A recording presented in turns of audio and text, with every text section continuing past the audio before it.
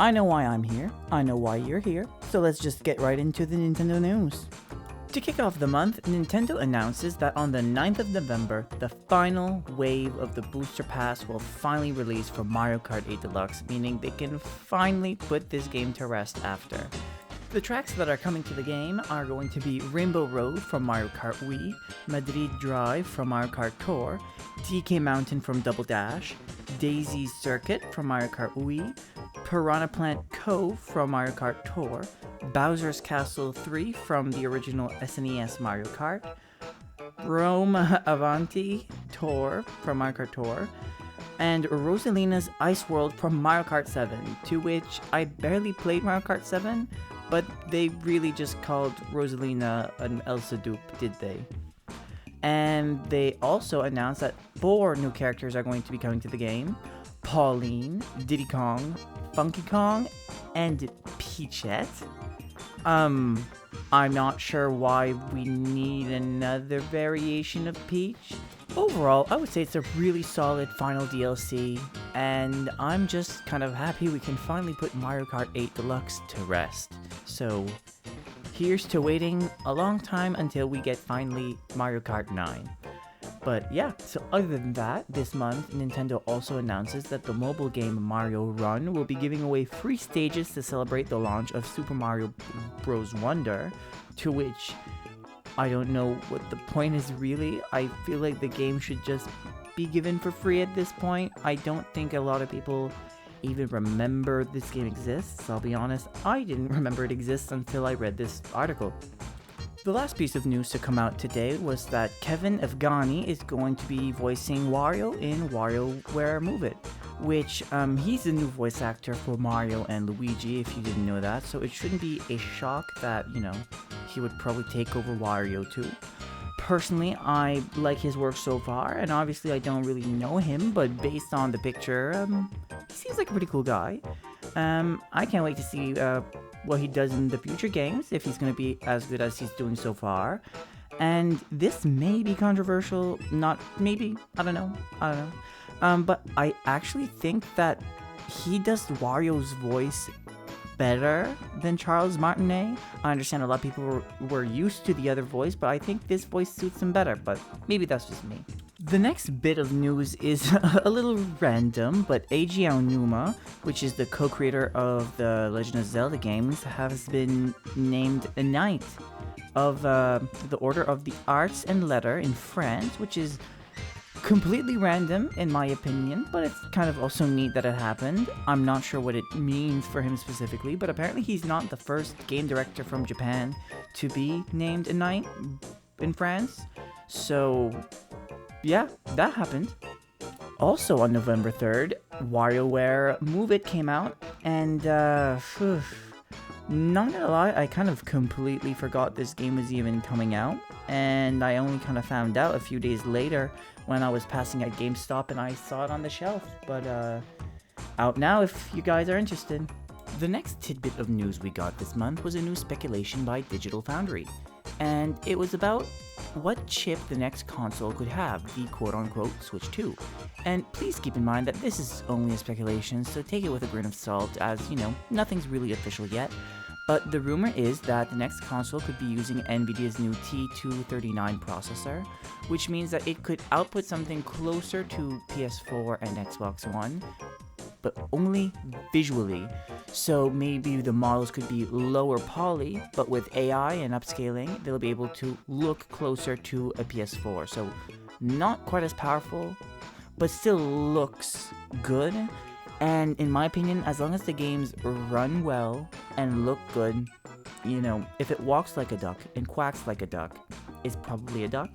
So yeah, I'd be happy with that, but like I said, nothing's official, so yeah.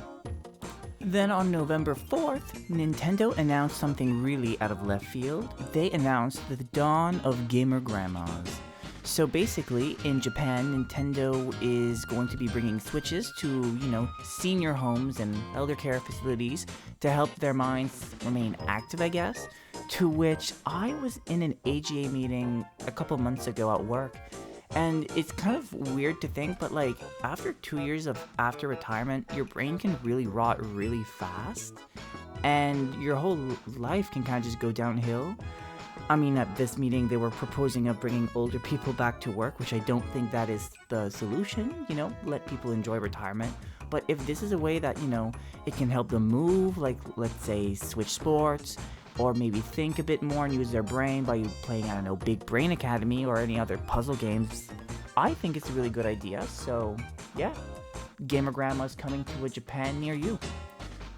Also on the same day, Nintendo announces 2 new LEGO sets. One is penguin themed, and then the other is Nabbit themed. So if you are into LEGOs, okay, there you go. 2 new sets to add to your collection. The next day, a new Smash OLED Switch display was leaked online throughout a photo, but very shortly after, Nintendo announces the brand new holiday deals, where finally we're getting something other than a Mario Kart bundle. This further confirms that this is probably one of the last holidays with the Switch as the main console for Nintendo. A while ago on the Kit and Krista podcast, they said that when Nintendo starts refreshing the looks of their consoles, it's typically to try to buy some time and distract people with quote-unquote something new, when there's actually something new that they're working on and it's happening in the background. My guess though is that there's probably going to be a lot of Switch bundles and deals next year at Christmas, because it'll be competing with whatever the next Nintendo next-gen console will be. They also shared the Super Mario Party bundle with Joy-Cons as well. I'm not 100% sure if this is considered Nintendo news, but I'll be very brief with it just in case. Basically, Phil Spencer says that he plans on embracing PS5 and Nintendo Switch as part of the Xbox community. Now, if he means that Game Pass is coming to Switch, that is fantastic. I think that's really good news. And if that means he's trying to buy Sony and Nintendo, although I don't think it will happen, and I hope it doesn't, I think that is stinky poo-poo because I don't like monopolies. Moving on into some more financial news, it seems that Nintendo is the source of all the inflation we keep hearing about, since they're practically printing money with the Switch. Nintendo reported that they had sold 132.46 million systems, which is insane. This would mean that the Nintendo Switch is the 3rd best-selling console of all time, sitting right behind the Nintendo DS and the PS2. The Nintendo DS sold 154 million, whereas PlayStation 2, they don't know the official numbers, but over 155 million. So, although I don't think the Switch will become the best-selling console of all time, because again, the whole situation with the PS2 being a DVD player and all that stuff, I think it has a really good chance of surpassing the Nintendo DS, but probably not before the next system comes out though, unfortunately. It'll be tight, but we'll have to wait and see. Apparently, and unsurprisingly, the Mario movie buzz helped drive some sales for the Switch, and I can't wait to see how that, paired with Super Mario Bros. Wonder, how that will do for sales for Christmas. In other news that came from the same meeting is that apparently that there is no Switch 2 coming and all the rumors you heard are wrong. Also, that they did not show off any new hardware at Gamescom this summer.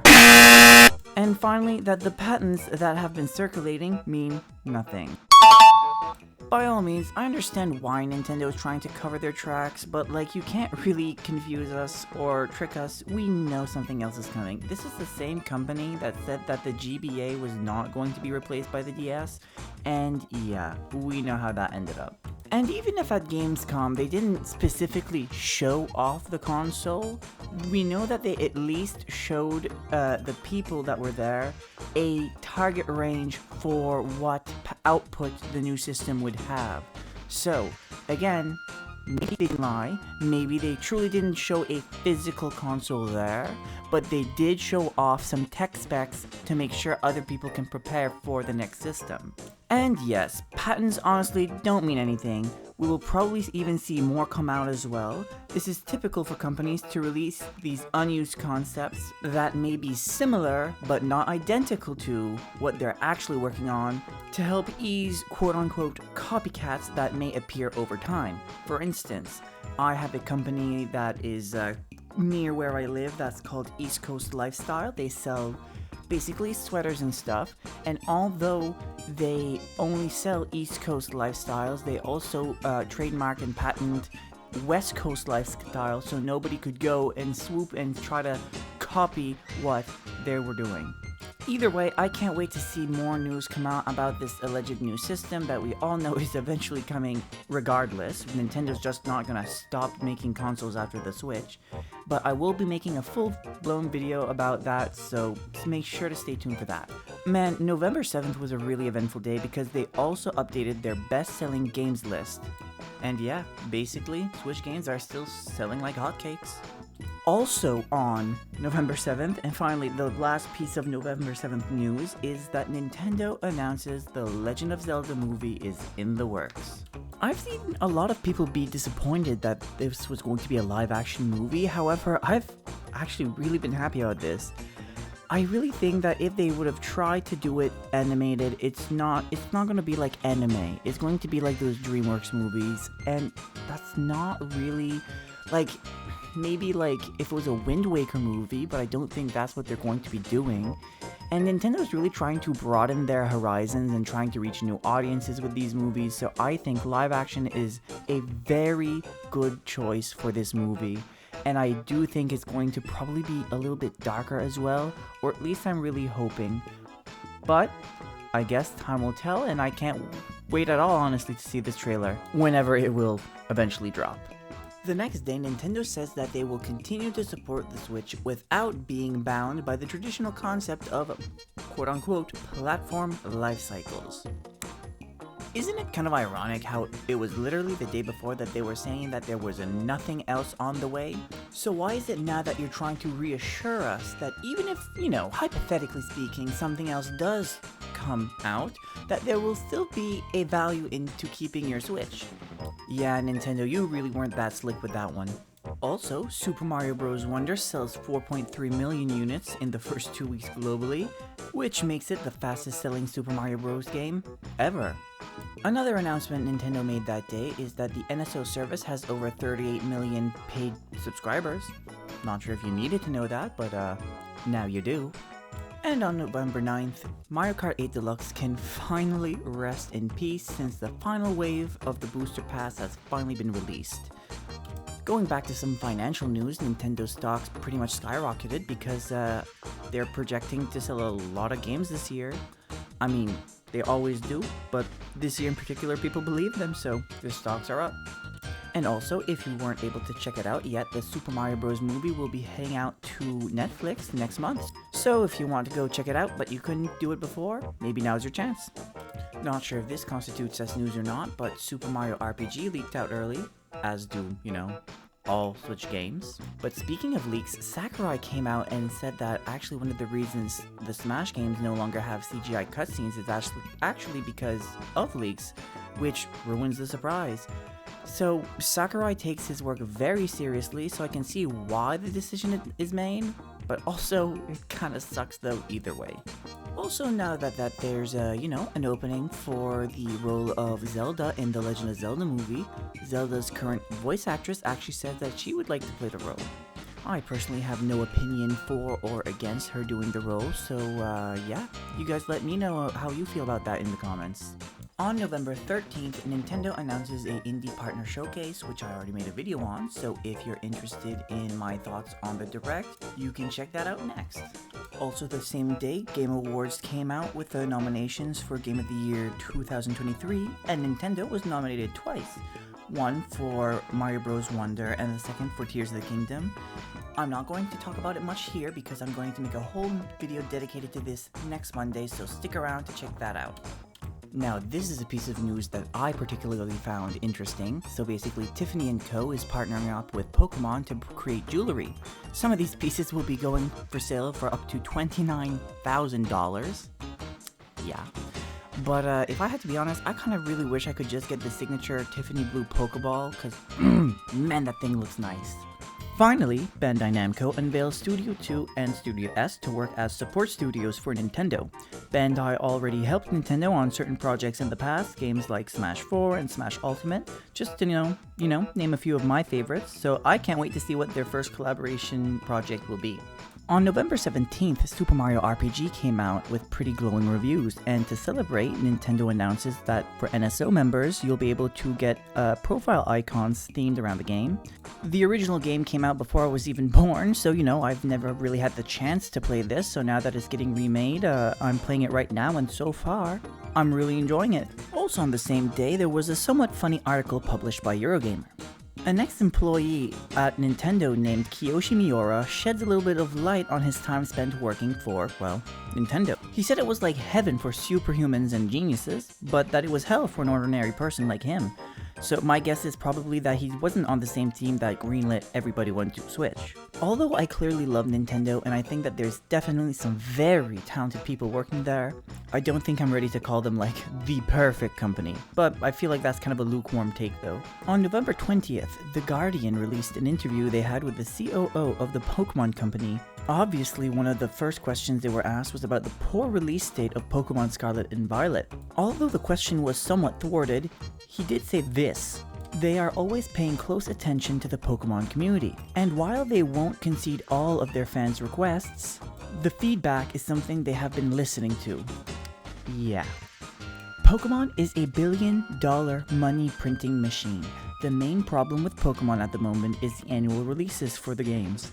On the years that they don't have an actual game releasing, they have DLC. And I mean, I'll be fair, I'll be honest here, I do admit that I do acknowledge that there are some moments that feel like they're listening to us. For instance, Pokemon fans have been clamoring for years for an open world Pokemon game. And by God, if Scarlet and Violet are one thing, it's open world. So yes, in a sense, Pokemon has been listening to us, but the issue still remains.